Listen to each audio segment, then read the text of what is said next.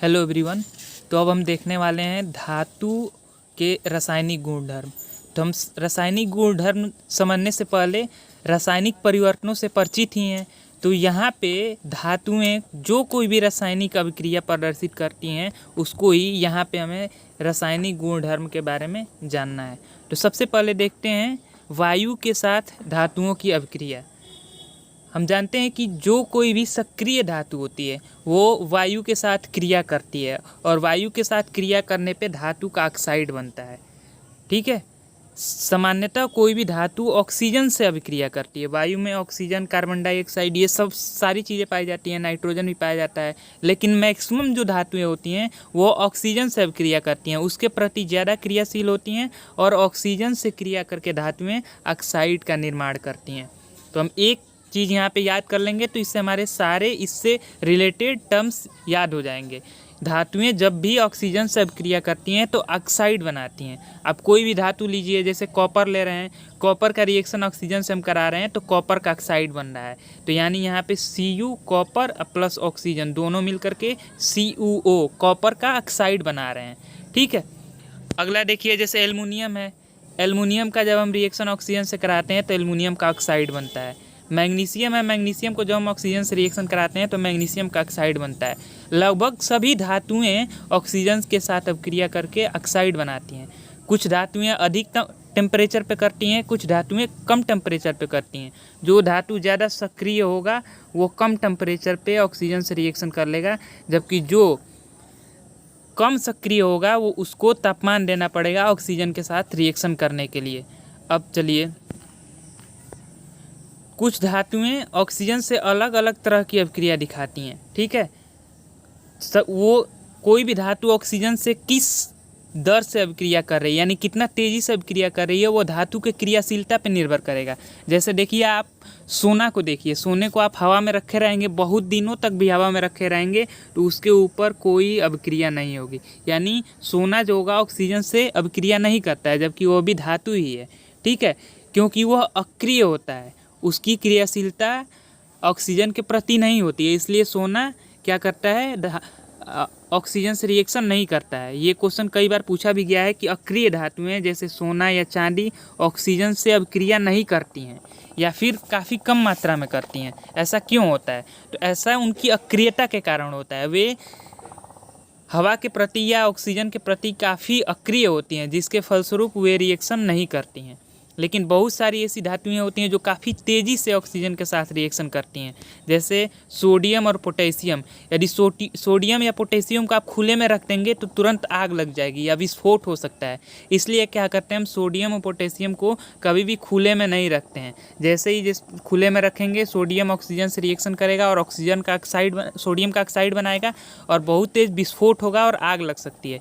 इसलिए उसको केरोसिन तेल में डुबो करके रखा जाता है। जब उन्हें हम केरोसिन तेल में डुबो देते हैं तो हवा का संपर्क टूट जाता है, इसलिए वो ऑक्सीजन से रिएक्शन नहीं कर पाती हैं और सुरक्षित रहती हैं। इसके अलावा मैग्नीशियम, एल्युमिनियम, जिंक ये वायु के साथ धीरे धीरे अभिक्रिया करते हैं। यहाँ पे आयरन भी आता है जो वायु के साथ अभिक्रिया करता है। तो यहाँ पे आप देखिए, आप एल्युमिनियम के बर्तन देखें, एल्युमिनियम के बर्तन के ऊपर की परत पे आप ध्यान देंगे कि अंदर की परत से ऊपर की परत का रंग कुछ और होता है। ऐसा एल्युमिनियम के ऑक्साइड बनने के कारण होता है। आप नया एल्युमिनियम का बर्तन खरीद के लाइए, आप पाएंगे कि 2-3 दिन बाद या कुछ सप्ताह बाद उसके ऊपर एक ऑक्साइड की परत जम जाएगी। वह इसलिए होगा क्योंकि एल्युमिनियम ऑक्सीजन के साथ धीरे धीरे रिएक्शन करके एल्युमिनियम का ऑक्साइड बनाता है, जिसे Al2O3 से दर्शाया जाता है। इसे हम एल्युमिनियम का ऑक्साइड बोलते हैं। इसके अलावा देखिए, आयरन लोहा वायु को गर्म करने पर प्रज्वलित नहीं होता, लेकिन ज्वाला में लौह चूर्ण डालने पर तेज़ी से जलने लगते हैं। आयरन का चूँकि ज्वलन ताप काफ़ी ज़्यादा होता है, इसलिए यह ऑक्सीजन से उतना जल्दी रिएक्शन नहीं करता, लेकिन काफ़ी अधिक तापमान पे जब इसके छोटे छोटे टुकड़ों को डाला जाता है तो आयरन रिएक्शन कर लेता है। इसके अलावा कॉपर भी ऑक्सीजन में नहीं जलता है, लेकिन काफ़ी देर बाद उस पर कॉपर की ऑक्साइड काले रंग की परत चढ़ जाती है। चांदी, सोना ऑक्सीजन से अभिक्रिया नहीं करते हैं। तो हम इसका रीज़न समझ गए हैं कि चांदी और सोना जो होते हैं वो वायु के प्रति अक्रिय होते हैं या वे काफ़ी कम क्रियाशील होते हैं, जिसके चलते वे ऑक्सीजन से या वायु से अभिक्रिया नहीं करते हैं। चलिए अब हम नेक्स्ट देखते हैं। यहाँ पे हमें पढ़ना है उभयधर्मी ऑक्साइड के बारे में। देखिए अब तक तो हम पढ़ते थे कोई चीज़ या तो अम्लीय होता है या क्षारीय होता है, लेकिन अब सोचिए यदि दोनों प्रॉपर्टी उसमें चली जाए, अम्लीय और क्षारीय दोनों गुण चला है, ठीक है। तो ऐसा कई चीज़ों में पाया जाता है। हम देखते हैं कि वह वस्तु अम्लीय भी है और क्षारीय भी है, अलग अलग कंडीशन में अलग अलग तरह का वो बिहेवियर कर रही है। इस प्रकार के ऑक्साइड्स को उभयधर्मी ऑक्साइड कहते हैं। उभयधर्मी ऑक्साइड मतलब वह ऑक्साइड जो अम्ल और क्षार दोनों की तरह बिहेव करता है। जब किसी अम्ल में उसे हम डालते हैं तो वो क्षार की तरह बिहेव करेगा, और किसी क्षार में डालेंगे तो वो अम्ल की तरह बिहेव करेगा। इस प्रकार के ऑक्साइड को उभयधर्मी ऑक्साइड कहते हैं। अब देखिए आपको मालूम होना चाहिए एल्युमिनियम के ऑक्साइड और जिंक के ऑक्साइड, इन दोनों पदार्थों के ऑक्साइड जो होते हैं वो उभयधर्मी ऑक्साइड होते हैं, ठीक है। वैसे सामान्यतः जो भी धातु के ऑक्साइड होते हैं वो क्षारीय होते हैं। जैसे आपका CuO कॉपर ऑक्साइड है, ये क्षारीय होगा। अधातु के ऑक्साइड होते हैं वो अम्लीय होते हैं। जैसे CO2 कार्बन डाइऑक्साइड धातु का ऑक्साइड है, यह अम्लीय है। लेकिन कुछ धातु के ऐसे ऑक्साइड होते हैं जो अम्लीय क्षारीय दोनों गुण रखते हैं, उस प्रकार के हम ऑक्साइड को उभयधर्मी ऑक्साइड कहते हैं। तो यहाँ पे देखिए जैसे Al2O3 ये उभयधर्मी ऑक्साइड का एग्जाम्पल है, और बोर्ड के एग्जाम में हर बार पूछा जाता है कि उभयधर्मी ऑक्साइड किसे कहते हैं, या उभयधर्मी ऑक्साइड का एक उदाहरण दीजिए, या ऑब्जेक्टिव क्वेश्चन में पूछा जाता है निम्नलिखित में से कौन सा उभयधर्मी ऑक्साइड है। तो आप याद रखेंगे Al2O3 उभयधर्मी ऑक्साइड है। और उभयधर्मी ऑक्साइड वैसे ऑक्साइड होते हैं जिसमें अम्ल और क्षार दोनों के गुण पाए जाते हैं। यदि उसका अम्ल के साथ रिएक्शन कराया जाएगा तो क्षार की तरह बिहेव करेगा, और क्षार के साथ रिएक्शन कराया जाएगा तो अम्ल की तरह बिहेव करेगा। यहाँ पे एग्जाम्पल देखिए जैसे Al2O3 है, इसका हम HCl यानी अम्ल के साथ रिएक्शन कराए हैं तो यहाँ पे क्या बना है, यहाँ पे देखिए AlCl3 बना है, एल्युमिनियम का क्लोराइड साथ में पानी बना है। यानी यहाँ पे जो Al2O3 है वो किसकी तरह बिहेव कर रहा है, वो क्षार की तरह बिहेव कर रहा है और अम्ल से रिएक्शन कर रहा है, ठीक है। और दूसरे रिएक्शन में देखिए, दूसरे रिएक्शन में NaOH यानी सोडियम हाइड्रोक्साइड, इसको हम क्षार बोलते हैं, क्षार के साथ रिएक्शन कर रहा है Al2O3। जब क्षार के साथ रिएक्शन करेगा तो अम्ल की तरह व्यवहार करेगा। और यहाँ पे देखिए NaAlO2 सोडियम एल्यूमिनेट बनता है।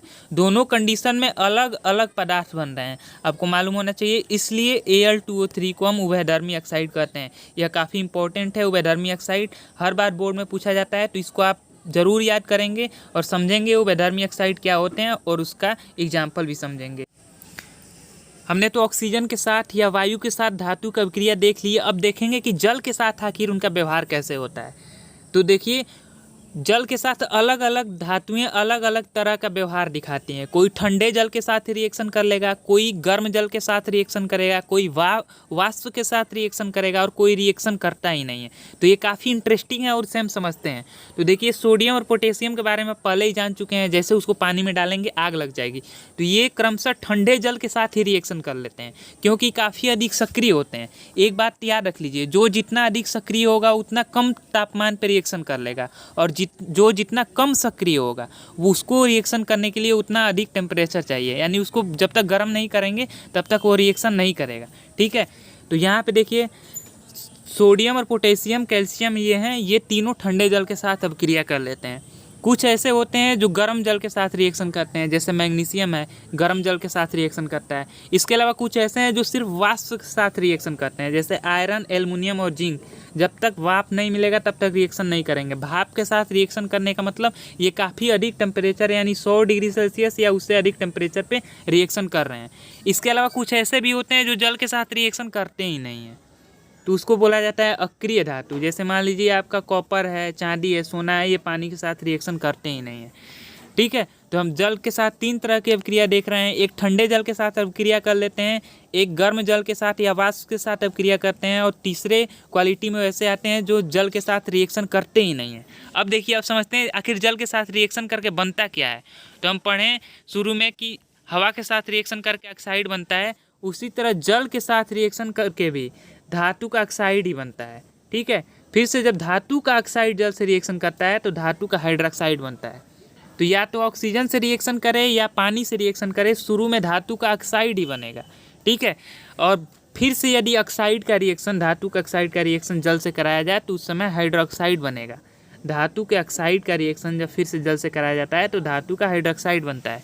तो ये आपको याद रखना चाहिए, धातु का ऑक्साइड कैसे बनता है, या तो ऑक्सीजन से रिएक्शन करा देंगे या जल से रिएक्शन करा देंगे, दोनों परिस्थितियों में धातु का ऑक्साइड बनेगा। और यदि हमें धातु का हाइड्रोक्साइड चाहिए तो हम क्या करेंगे, पानी से रिएक्शन कराएंगे। हाइड्रोक्साइड मतलब क्या होता है, जिसमें OH माइनस आयन हो।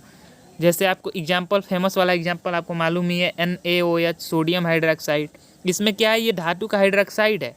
तो पहले हम Na को पानी के साथ अब क्रिया कराते हैं तो Na2O बनता है, सोडियम का ऑक्साइड। फिर Na2O का रिएक्शन पानी के साथ करा देते हैं तो सोडियम का हाइड्रोक्साइड बन जाता है।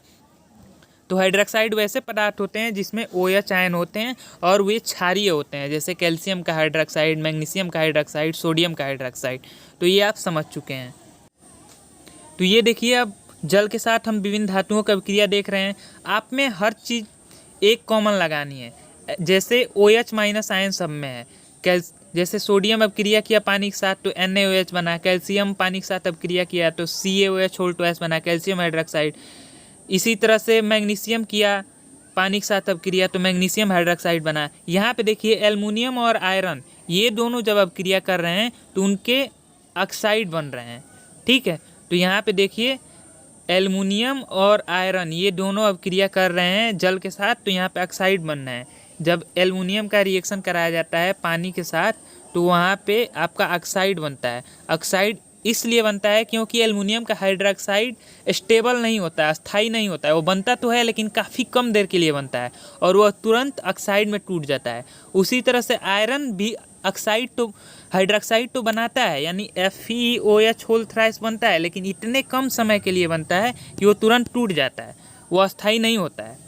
ठीक है, तो यहाँ पे क्वेश्चन पूछा जा सकता है कि सभी जो धातुएं होती हैं पानी से रिएक्शन करके हाइड्रोक्साइड बना रही हैं, लेकिन एल्युमिनियम और आयरन हाइड्रोक्साइड क्यों नहीं बना रहे हैं? तो इसलिए वे नहीं बनाते हैं कि उनके जो हाइड्रोक्साइड होते हैं काफ़ी कम अस्थायी होते हैं, इसलिए वे ऑक्साइड बनाना ज़्यादा प्रीफर करते हैं।